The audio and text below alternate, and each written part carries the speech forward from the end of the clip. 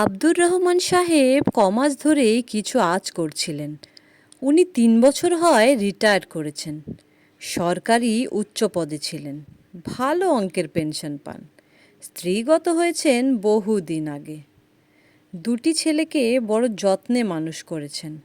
বাবা এবং মায়ের দুজনের স্নেহ দিয়ে ভালোভাবে লেখাপড়া করে তারা প্রতিষ্ঠিত হয়েছে। তারপর বড় ছেলের বিয়ে দিলেন। একটি নাতি হলো। উনার মনে আর আনন্দে ধরে না।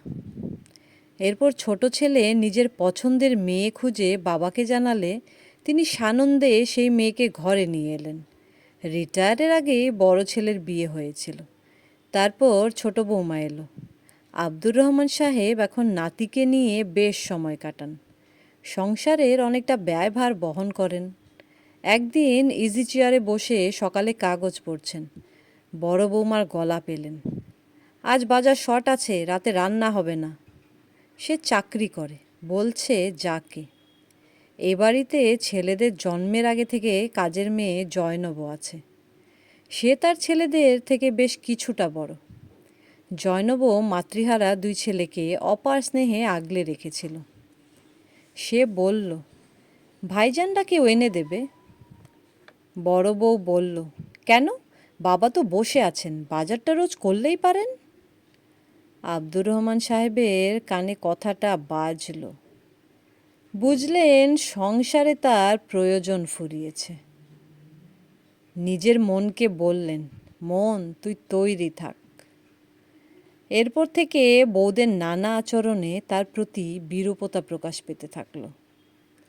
একদিন সকালে বড় ছেলে রাগত গলায় বউকে বলছে, আমার শার্টটা লন্ড্রি থেকে আনা হয়নি।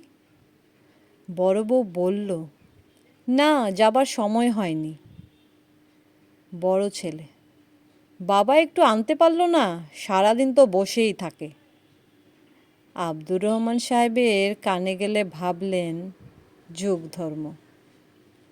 এরপর একদিন এক ছুটির দিনে সকালে ব্রেকফাস্ট টেবিলে এসে দেখলেন সবাই আগে ভাগেই উপস্থিত। জয়নব প্লেটে গরম লুচি, আলু ভাজি আর সন্দেশ পরিবেশন করছে। বড় ছেলে বলল, বাবা, একটা কথা ছিল। আব্দুর রহমান সাহেব বুঝলেন এরা সকলে কিছু প্ল্যান করেছে। বললেন, বলো। বড় ছেলে বলল, জানো বাবা, কাল অফিসের কাজে গাজীপুর গিয়েছিলাম। কাজের ফাঁকে সময় পেয়ে ওখানকার দর্শনীয় জায়গাগুলো দেখতে বেরিয়েছিলাম। দেখলাম নদীর ধারে স্বাস্থ্যকর পরিবেশে একটা সুন্দর বৃদ্ধাশ্রম চালু হয়েছে। দেখেই ভাবলাম তুমি ওখানে মনোরম পরিবেশে শেষ জীবনটা থাকতে পারো। আমরা যাবো আসবো। কিরে ভাই, কি বলিস?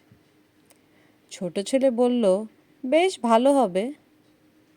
আব্দুর রহমান সাহেব হেসে বললেন, সব তো শুনলাম, কিন্তু বাবারা, তোমরা যেমন আমার জন্য ভাবো, আমিও তোমাদের জন্য ভাবি। তাই আমারও একটা প্রস্তাব আছে তোমাদের জন্য। তোমরাই বরং জুৎসই এবং মনোরম পরিবেশের একটা যৌবন আশ্রমের খোঁজ করে নিয়ে সেখানে গিয়ে থাকো না কেন? বাড়িটা তো আমারই, পেনশনও পাই ভালো। জয়নব মাকে নিয়ে আমরা বাপ বেটিতে বেশ ভালোই থাকব। তোমরাও আসবে যাবে। এইভাবে তিনি এক ছক্কায় বাজিমাত করে দিলেন। জয়নবকে বললেন, জয়নব মা, লুচিগুলো ঠান্ডা হয়ে গেল, গরম গরম নিয়ে আয় তো। ছেলেরা আর ছেলেদের বউয়েরা রীতিমতো হতভম্ব হয়ে গেল।